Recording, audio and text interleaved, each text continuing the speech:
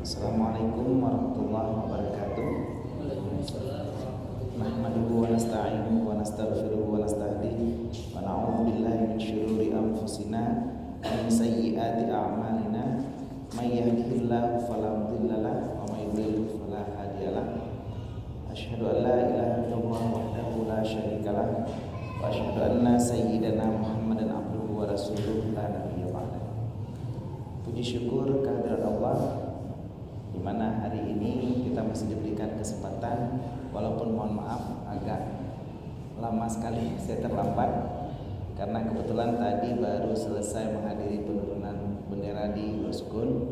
Dia habis acara tadi jam 6, langsung saya lagi ke sini menaga masjid, dan mungkin nanti saya juga permisi Isya mungkin tidak bisa bersama karena ada pengubaran Paskibra juga jam 8 di Bosgun. Insyaallah kita coba isi waktu pada maghrib sampai isya dengan sedikit mengaji dan mengkaji tentang kitab Daqaiqul Akhbar. Salat beriring salam, mari sama-sama kita sajikan kehebatan Nabi besar Muhammad sallallahu alaihi wasallam yang sampai hari ini kita masih setia mempelajari hadis-hadis beliau dan juga asar daripada sahabat beliau, di mana ini merupakan hal yang sangat penting dalam kitab Daqaiqul Akhbar, yaitu yang mempelajari fi dzikril jannati wan nar, tentang bagaimana surga dan neraka serta apa yang terjadi sebelum kita menghadapi keduanya. Minggu lalu kita bercerita tentang bagaimana keluarnya roh daripada badan, dan ini kita masuk ke bab ke-16, yaitu bagaimana cerita tentang seorang malaikat yang masuk kubur sebelum Mungkar dan Nakir. Mungkin pernah saya ceritakan sebelumnya ini, tapi sampai di babnya. Dan mungkin ini pengajian kita terakhir sebelum Idul Adha.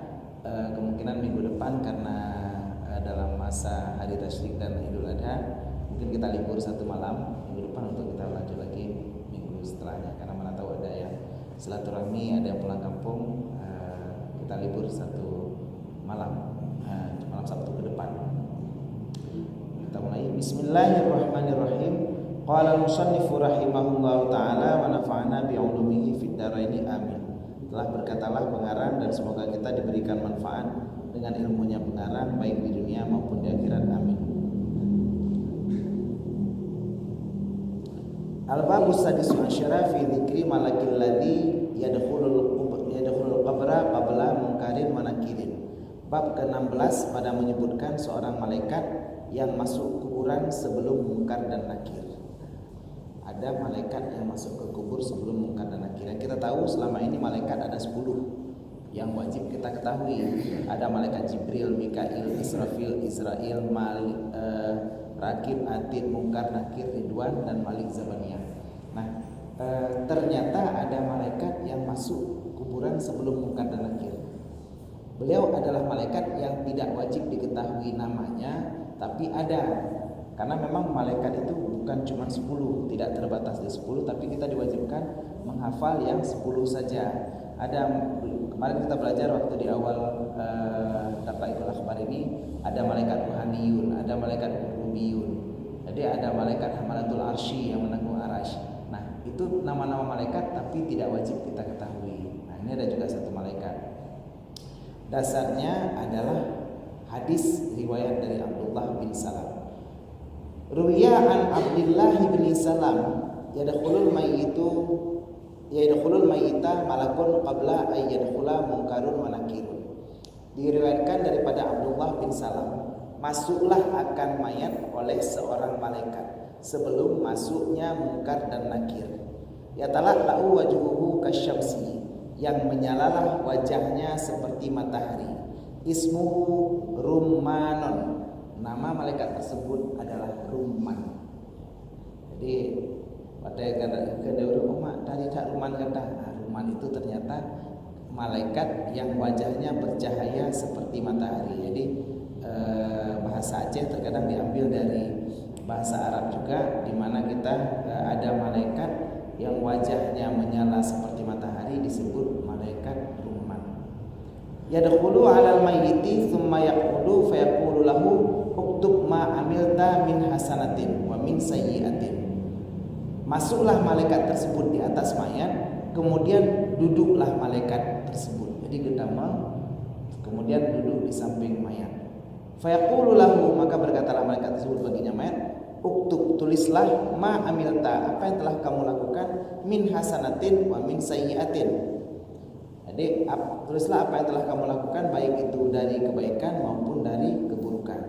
Jadi malaikat tersebut menyuruh menuliskan kepada mayat apa yang telah dikerjakan selama di dunia, baik itu berupa amal kebaikan maupun amal keburukan. Disuruh tulis sendiri. Putra yang kali kepelaku di dunia disuruh tuliskan oleh malaikat rahmat. Jadi dia tidak minta pernyataan berupa perkataan, tidak minta statement berupa perkataan dari mulut, tapi tulisan. Fayaqulu lahu bi ayyi syai'in aktubu. Maka berkatalah si mayat tersebut baginya malaikat, dengan apa saya tulis? Dengan pulun tuan tulis. Aina palami, di manakah pulpenku? Wa midadi wa dawati, di manakah penaku, di manakah dawatku? Oke, kali itu mulai maklum. Pulpennya mana? Pensilnya mana? Dawatnya mana? Dengan apa saya menulis? Jadi fayaqulu lahu, maka berkatalah malaikat baginya, riquka midaduka wa qalamuka asba'uka. Dawatnya adalah air liurmu dan pulpennya adalah jarimu. Jadi malaikat tersebut berkata kepada si mayat, karena saat ini kamu berada pada posisi tidak ada pulpen dan tidak ada tinta, maka silahkan celupkan tanganmu ke dalam mulutmu, air liurmu lah yang menjadi tinta, dan tanganmu asbu, jari-jarimu ini yang menjadi pulpennya. Jadi dimulai dengan jaro jok ibabah sebagai daun. Nah, ini kejadian nyata dan terjadi pada anda semua termasuk saya sebelum datangnya Munkar dan Nakir. Fayaqulu ala ayyi syai'in aktubu, maka berkatalah si jenazah tersebut, di atas apa saya tulis? Oke, saya ambil jari saya sebagai pulpen dengan air ludah saya sebagai dawat. Bakpul dulu. Kertahana, tablet tidak ada, pulpen tidak ada, HP tidak ada. Kita misalnya sekarang udah Samsung Note 9, HP-nya pun tidak ada. Di mana saya menulis? Atas media apa saya menulis? Jadi kalau saya pun tulis dengan jari saya, dengan apa saya menulis? Di mana saya menulis?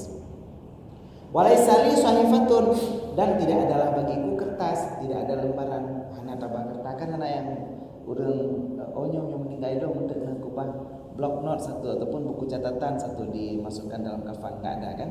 Karena tidak ada buku yang diselipkan, artinya kita tidak membawa bekal apapun dalam kain kafan kita.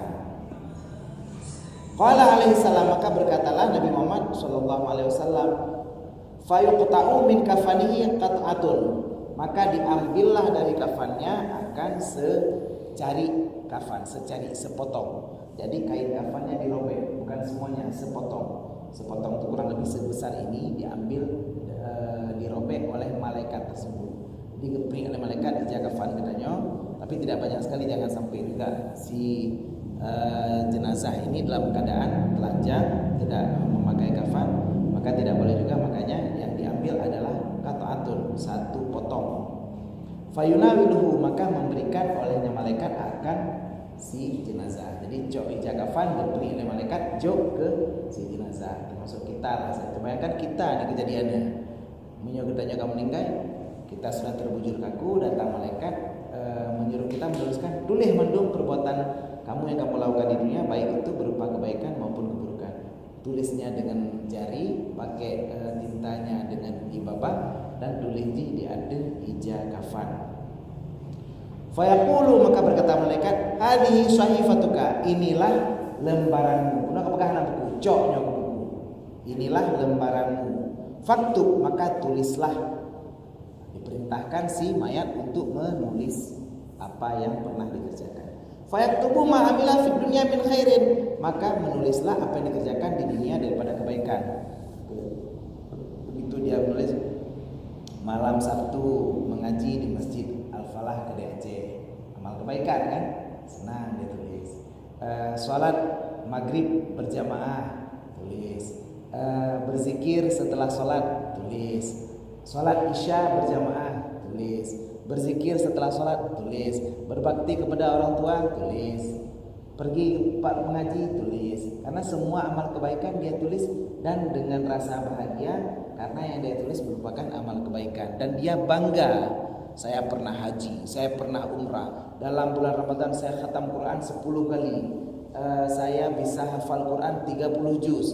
Saya pernah ceramah, saya pernah mengajar ngaji. Semua amal kebaikan kita tulis dengan bangga, karena sesuatu yang kita senangi dan kita bangga dilihat oleh orang lain, termasuk oleh malaikat rumah.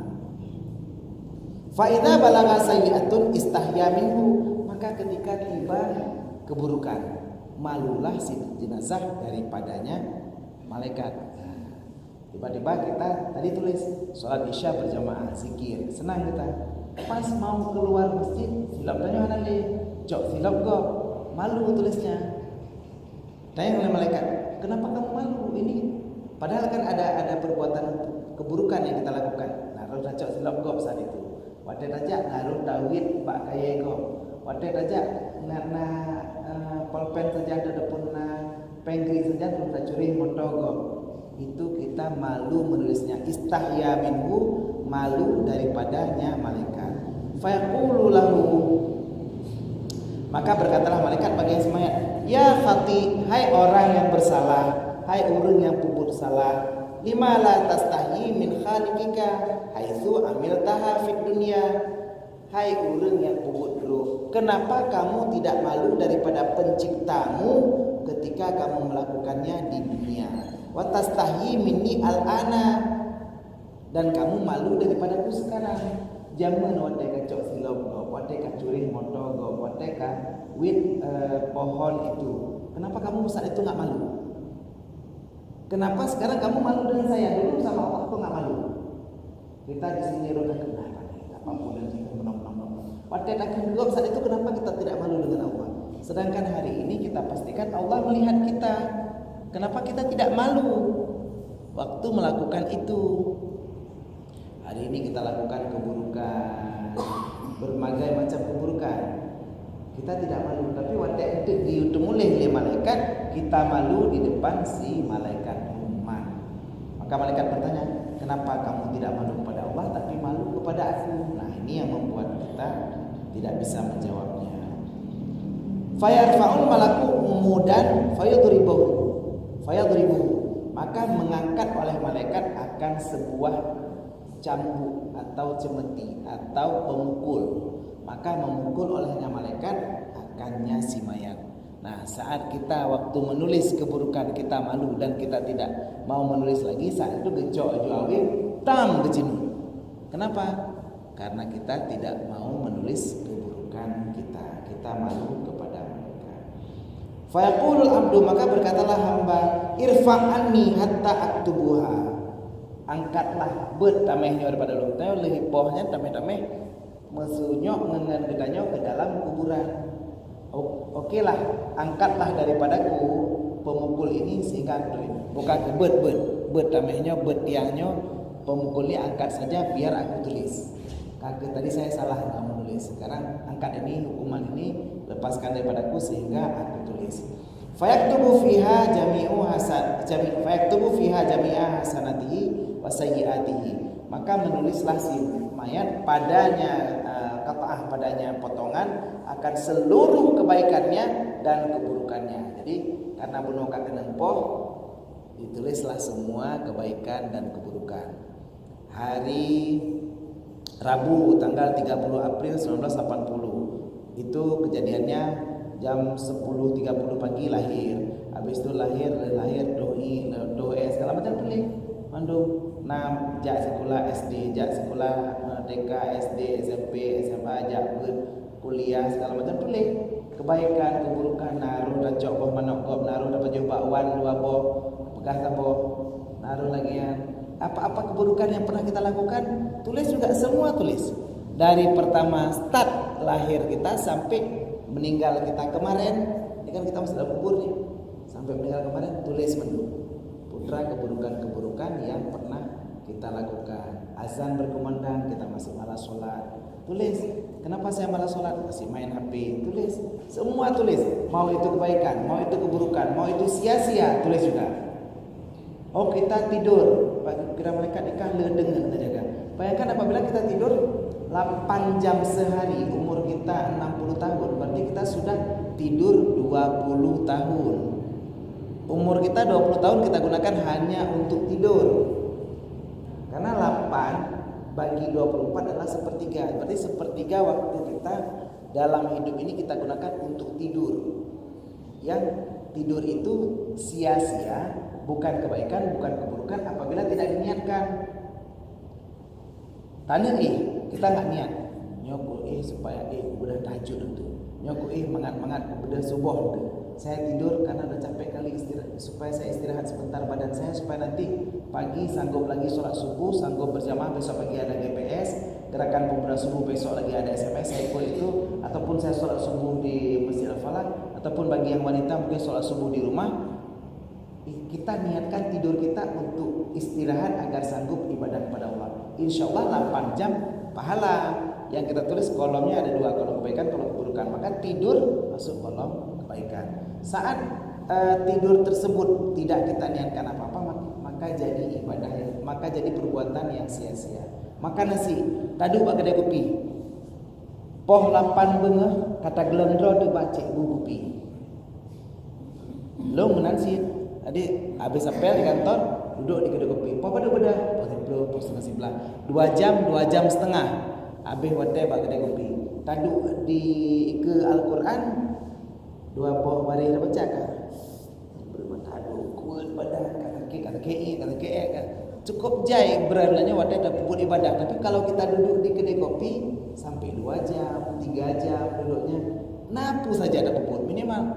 Pu password wifi. Kopi susu. Sehingga kopi susu dingin.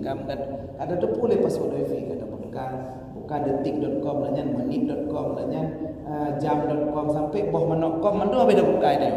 Dah buka mandu seluruh habis berita mandu dari Jokowi 2 periode sampai ganti presiden, sampai mandu presiden Amerika mandu apa dah depu padahal pernah depu. Habis dah depu informasi mandu, tapi akhirnya ibadah kita enggak ada. Mandum lembaran habis dah buka lembaran di Google, tapi lembaran Al-Quran enggak pernah kita buka. Halaman di Facebook banyak kita buka, halaman Al-Quran enggak pernah kita buka. Banyak waktu-waktu kita yang terbuang percuma, terbuang sia-sia. Nah, ini kita tuliskan semuanya di depan malaikat rumah.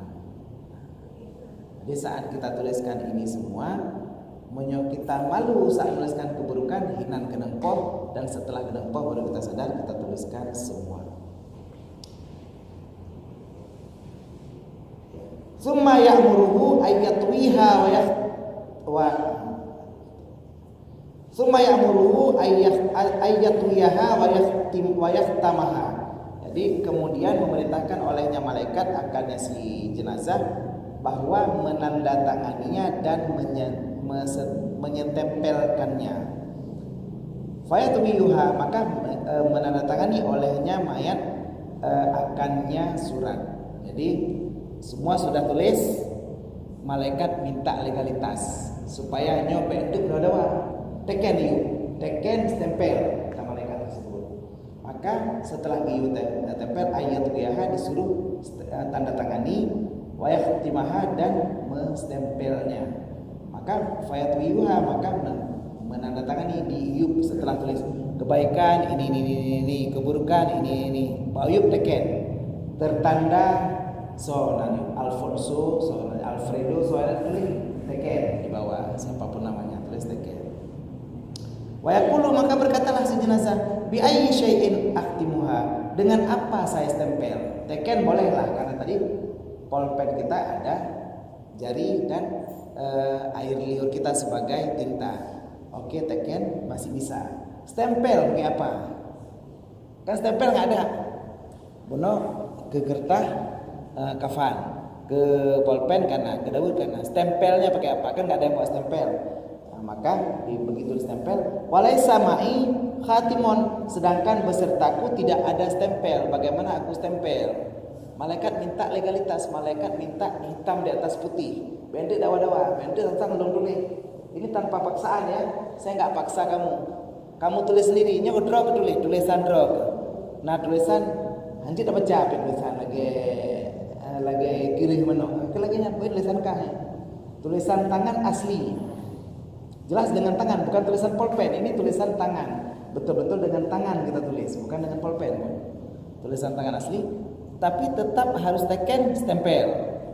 Makanya teken stempel ini kejaman karena Pak tetap kan masa jino administrasi. Di kubur pun ada administrasi. Fayaqulu, maka berkatalah malaikat, akhtimha bidufrika, stempellah dengan kukumu. Kita disuruh stempel dengan kuku. Nah, jadi dengan kuku jari kita itu untuk stempel. Begitu delegan kan mencir kuku ini yang menjadi stempel bukti bahwa surat ini sah. Fayaqtimuha bidufrihi, maka menstempel olehnya si mayat akannya surat dengan kukunya. Wa yu'alliquha fi unuqihi ila yaumil qiyamah, dan digantungkan olehnya malaikat akannya surat fi unuqihi, di lehernya hingga hari kiamat. Jadi kalau ikat kafan mono, kita kan tali ikat kafan digantung kertas mono kafan ikat gebri, gantung pak taku badannya sampai hari kiamat. Jadi kita di penjara ini Pak Jamal pernah lihat, kalau di penjara kita di TV pun ada papan nama, nomor indeksnya, nomor registernya, habis itu kesalahannya apa, hukuman berapa tahun penjara, kran betul. Ini gitu juga, kita di sini ada tempel nama, tempat tanggal lahir, alamat, nomor KTP, PIN BB, sampai Facebook, email, Twitter, nyan mandum, nombor HP, betulih mandum, lengkap dengan data diri kita dan seluruh informasi kita dari pertama kita lahir sampai kita meninggal. Jadi sampai dengan berarti itu ada cuma mana Allah ketahuan, dadang-dadang sampai ya ketahuan. Lupa je pulpen lo ada lupa ada macam nampak dia lupa je dronjok ketahuan, ada identifikasi walaupun kecil kertasnya, tapi seluruh informasi yang kita miliki dari awal kita lahir sampai kita meninggal, baik keburukan ataupun kebaikan, semua tertulis dan tergantung di leher kita. Ya silakan. Jika di hari akhir nanti kan manusia kan Allah bagi buku dari. Iya. Buku kebaikan dan buku keburukan. Ya. Bukunya bergantung dengan yang penuh ditekannya. Iya. Apakah buku tersebut akan berlaku lagi yang tertempel di ini kita, di leher kita apa tidak? Tidak. Jadi buku adalah catatan yang dituliskan oleh malaikat rakib dan atid. Sedangkan ini catatan di leher kita yang tulis pakai tangan kita sendiri. Jadi ini versinya pengakuan. Kalau itu versinya catatan. Jadi kita kan saat kita komplain nanti kan disuruh tulis semuanya. Tapi nanti di akhirat, makanya ada beberapa macam persidangan. Ini data yang kita tulis. Ini data yang ditulis oleh buku malaikat. Sampai di akhirat lagi, begitu ada udah dua data kan, data ini sama data ini di-compare, dibandingkan. Saat itu dipanggillah saksi. Data mana yang betul? Apa data ini yang betul? Apa data ini yang betul? Apakah ada yang cocok atau tidak cocok? Saat itu apabila pun ada yang tidak cocok ataupun kita komplain, kita protes, saat itu dipanggillah saksi. Siapa yang menjadi saksi? Anggota tubuh kita sendiri. Nah, dalam surah Yasin dijelaskan. Jadi seluruh itu pada hari itu lidah kita dikunci. Lidah kita dikunci, mulut kita nggak bisa ngomong lagi. Maka tangan kita, waktu saat kita mau ngomong hana kupoh, mungkin di pengakuan kita tulis. Malaikat Rahman tidak mengetahui apakah kita di saat itu masih bisa menipu, masih bisa nulis yang betul atau yang salah. Tapi catatan yang kita tulis punya kita itu. Beda dengan catatan buku yang diberikan, kitab yang diberikan oleh malaikat Munkar dan Nakir. Catatan Munkar dan Nakir, bukan Nakir dan Atid, itu beda lagi. Jadi saat kita komplain sekalipun yang bersaksi adalah anggota tubuh kita. Jadi saat itu tangan kita yang bersaksi, tasyhadu arjuluhum, jadi bersaksi kaki kita. Hana long, kita bilang hana kujak di diskotik, kaki kita ngomong nah kujak. Hana kucok ilung barangnya, tangannya ngomong nah kucok. Ini yang menjadi saksi kita. Jadi saat itu tidak bisa bohong lagi karena lidah kita terkunci. Makanya pertanyaan tadi dari Pak Jamal bagus sekali pertanyaannya. Apakah catatan ini dengan catatan ini ada sesuatu yang berbeda? Apakah yang ditimbang langsung ini? Bukan. Yang nanti ditimbang buku catatan kita, yang kita terima juga buku catatan kita. Nah, buku catatan saat diberikan, saat itu kita punya buku catatan digabung. Kebaikan dan keburukan sekali dikasih rapor kita. Seperti rapor kita SD sudah ada nilai PPKN, nilai bahasa Inggris, matematika segala macam sudah ada nilainya di buku. Saat diberikan buku, orang yang banyak amalan kebaikan secara otomatis tangannya Allah ma'fi kitabi min yamini, dia akan mudah mengambil kitabnya dengan tangan kanannya. Bagi orang yang punya banyak keburukan, maka akan sangat mudah, sangat gampang dia mengambil kitab dari tangan kiri atau dari belakang. Seperti kita biasa ngambil barang ataupun minum air. Kadang-kadang katanya punya biasa terbawa memang dia. Kadang-kadang punya biasa jarawi wadah ada coir. Jadi jarawi enak terus kita bergerak untuk tangan kiri minum. Itu bawaan badan kita, bawaan kebiasaan kita. Kalau kita biasa berbuat buruk, wadah kejuk catatan udah cok jarawi. Lagi anak mit wadah ubud wadah coba salam dulu. Kadang-kadang dia akan yang terbiasa tangan kiri roh hijau jarawi. Yang terbiasa tangan kanan, coba mana tangan cantiknya? Akan hijau tangan kanan. Tapi saat itu walaupun kita sadar bahwa saya mau ambil tangan kanan. Kalau kita memang bukan ashabul yamin, bukan orang yang ashabul yamin, orang yang akan mengambil juga dengan tangan kanan dan orang mengambil golongan kanan, maka kita tidak bisa menggerakkan tangan kita yang kanan dan tetap terambil dengan tangan kiri. Itulah yang menjadi buku catatan kita dan di penanda. Seandainya kita dari kubur, tadi sudah ceritanya seperti kemarin, di kubur kita video yang dibuka LCD plasma 42 inci itu tempat duduk kita di neraka. Pastinya nanti kita ngambil pasti tangan kiri, terambil tangan kiri tetap. Jadi emang ada kebiasaan, kadang-kadang seperti jam ya. Ada orang biasa pakai jam di tangan kiri, ada orang biasa pakai jam di tangan kanan. Nah, orang yang biasa pakai jam di tangan kiri, begitu dia pakai tangan kanan, hana merasa harus lo kan pakai jam orangnya. Padahal lo pakai tangan kanan, dia nggak terasa karena sudah biasa pakai di tangan kiri. Inilah juga yang jadi kebiasaan kita untuk saat kita mengambil buku catatan nantinya. Saat ini ditempel di, ya silakan. Malaikat Rahman. Iya. Nah, kemarin kita sudah cerita ada 4 riwayat tentang roh. Posisi roh di mana? Ada cerita roh tersebut berada di antara kafan dan tubuh. Ada cerita roh itu dikembalikan seluruhnya ke badan kita. Ada cerita roh tersebut ada riwayat mengatakan roh tersebut dikembalikan dari dada sampai ke atas. Nah, jadi ada cerita roh itu dipisahkan tempat sendiri. Tapi semua cerita tersebut kita yang disuruh imani bahwa kita roh itu akan dikembalikan ke badan kita. Bagaimana prosesnya, di mana posisinya tidak wajib ditanyakan. Jadi posisi roh yang ditanyai adalah roh. Roh itu kan dipukul kena badan juga. Tapi apakah badan di cerita kemarin di bab 15, apakah badannya ikut hancur atau rohnya ikut hancur? Di situ ada 2 pendapat. Ada yang mengatakan badannya ikut hancur, tapi ada yang mengatakan rohnya sendiri yang berbentuk jasad itu yang periksa, itu yang dipukul karena dia berada di alam barzakh. Kebanyakan ulama berpendapat seperti ini karena ada juga tubuh orang kafir yang dimumi ataupun dimasukkan dalam tabung kaca. Kita lihat setiap hari begitu dipajang, dia tidak rusak tubuhnya, tapi tetap berada di tabung kaca.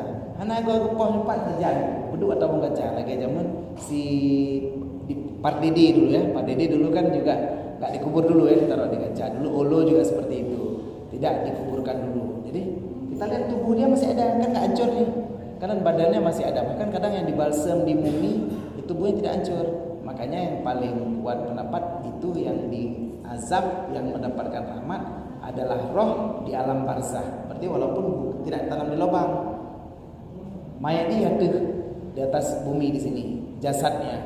Kalau memang dia nggak ditanamkan, berarti kan tetap diazab ini, tetap diazab, berarti di alam yang berbeda. Makanya ulama lebih banyak pendapat di situ, yang diazab adalah rohnya. Jadi kalau dikembalikan pun ke tubuhnya, pendapat tadi dikembalikan sesaat. Setelah itu yang diazab kembali adalah rohnya, roh, posisi roh itu, karena si tubuh akan mengalami proses yang berbeda.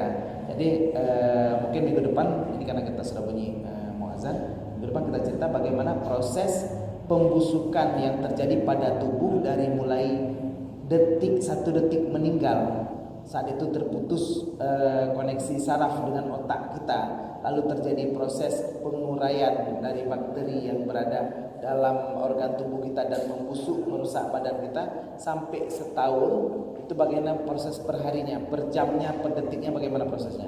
1 detik meninggal bagaimana, 1 menit meninggal bagaimana, 5 menit meninggal bagaimana. Mungkin minggu depan kita akan cerita juga sambil menamatkan kisah malaikat Rahman ini. Sedikit saya baca ayatnya.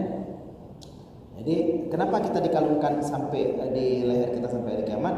Kama qala Allah Ta'ala, sama seperti Allah Ta'ala berfirman dalam surat Al-Isra, wa kullu insanin alzamnahu ta'irahu fi unuqihi wa nukhriju lahu yaumal qiyamati kitaban yalqahu mansyura. Dan setiap manusia akan kami lazimkan akan catatannya di lehernya, dan dia dikeluarkan baginya catatan tersebut pada hari kiamat sebagai kitab yang dihamparkan. Jadi kitab tersebut yang dihamparkan. Kita masih ada 4 baris lagi, tapi mungkin kita lanjutkan di pertemuan minggu depan sebelum masuk bab ke-17 pada menyebutkan jawaban soal mungkar dan nakir. Insyaallah kita akan bertemu lagi minggu depan. Terima kasih atas segala perhatiannya. Mohon maaf atas segala kekurangan. Hadanallahu wa iyyakum ajma'in. Wallahu muwaffiq ila aqwamit thoriq. Assalamualaikum warahmatullahi wabarakatuh.